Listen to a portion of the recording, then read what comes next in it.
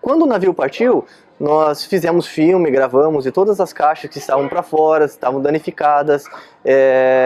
E nesse momento do navio partindo, um passageiro do navio, por sinal brasileiro ou português, que eu estava falando em português com ele estava me chamando de muambeiro e contrabandista, que o navio estava atrasado e ele precisava ir jogar pôquer.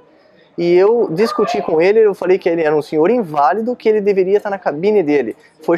Eu fui chamado de muambeiro da partida do navio, e quando eu retornei de Lisboa para Las Palmas, a primeira coisa que eu fiz foi procurar a pessoa que fez as promessas para a gente.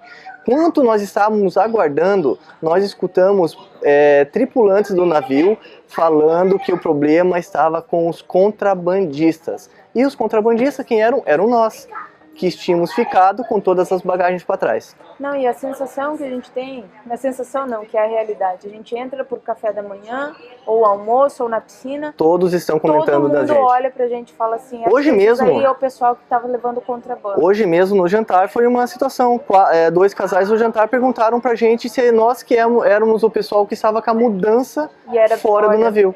Isso é ridículo, é bem pelo contrário. Então, do momento que nós entramos aqui, nós estamos sofrendo humilhação todos os dias e discriminação. Porque os próprios tripulantes do navio falaram que o navio só contrata brasileiros porque a lei internacional pede para 30% dos tripulantes serem brasileiros. Porque senão eles não contratariam. E a palavra que eles usam é que eles são escravos dentro do navio MSC. Então, para ser curto e grosso, nós fomos tratados como animais dentro do navio. Meu nome é José Eduardo Prado Garcia, minha mulher chama-se Luciana Leite Martins e minha filha Rafaela Martins Prado. E eu estou aqui para poder falar sobre a maneira com que nós somos tratados aqui pela companhia MSC Cruzeiros. A maneira que a gente foi maltratado, na verdade. Para poder falar dessa história, eu queria voltar quase um ano atrás, aonde o mesmo agente que vendeu os tickets pra gente do navio,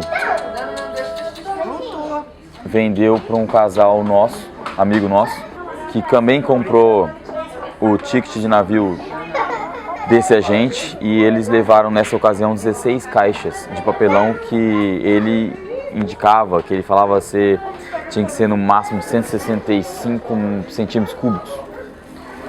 Então, um ano depois, a gente, com a decisão de ir embora da Irlanda, a gente já estava morando lá mais de 4 anos e meio, a gente tinha uma boa quantidade de coisas para levar, a gente decidiu levar 11 caixas.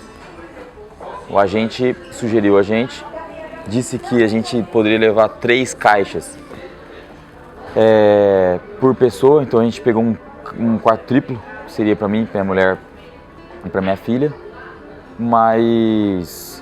e a gente, caso essas 2 caixas fossem um problema, a gente poderia pagar um excesso de bagagem, isso não era problema pra gente, porque cada caixa, cada item que estava nessa caixa pra gente era muito importante. Então nós compramos a passagem para Portugal. Esse agente, quando vendeu o ticket pra gente, falou que ele tinha uma companhia e eles levariam nossas caixas, pegariam na nossa casa, levariam essas caixas a Portugal. Então a gente só deveria comprar uma passagem de avião até Portugal, Dublin, Lisboa.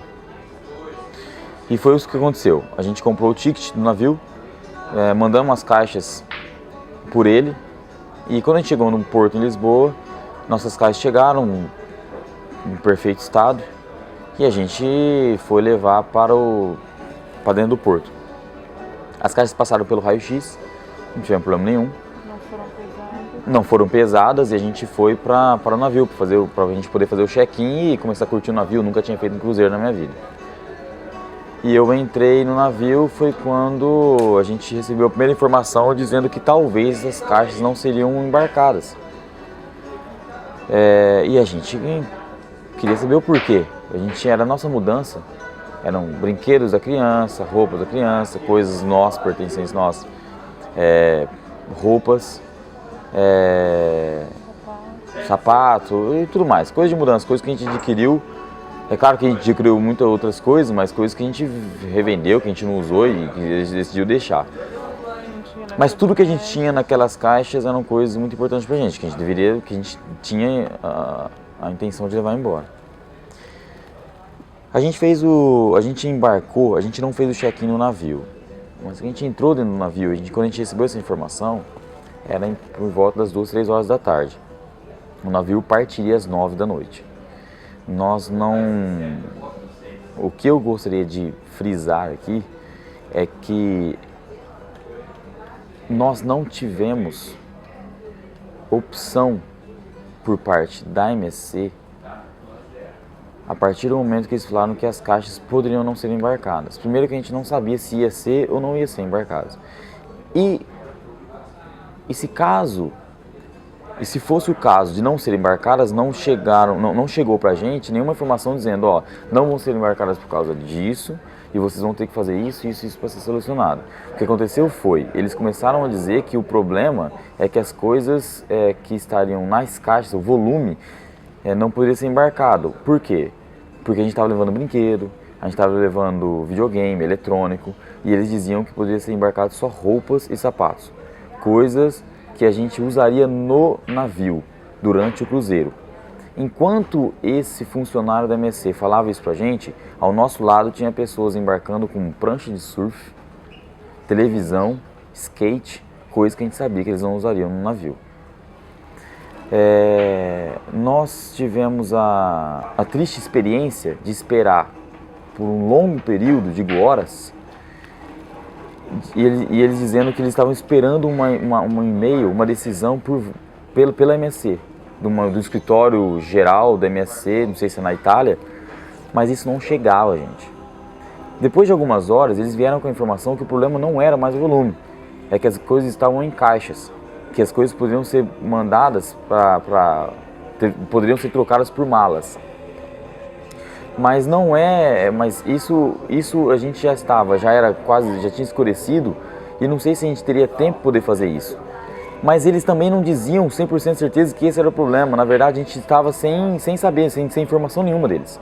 Porque eles não falavam assim, ó, vamos lá, trocam as caixas por malas e que vocês vão embarcar. Não, eles falavam assim, ó, talvez se tivessem malas, seria embarcado. Então a gente não sabia.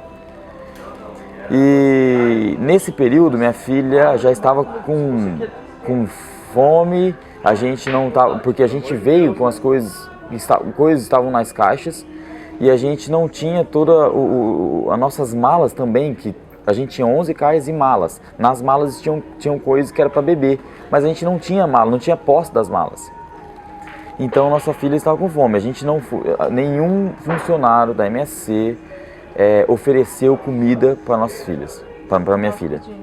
A gente pediu, mas eles não ofereceram.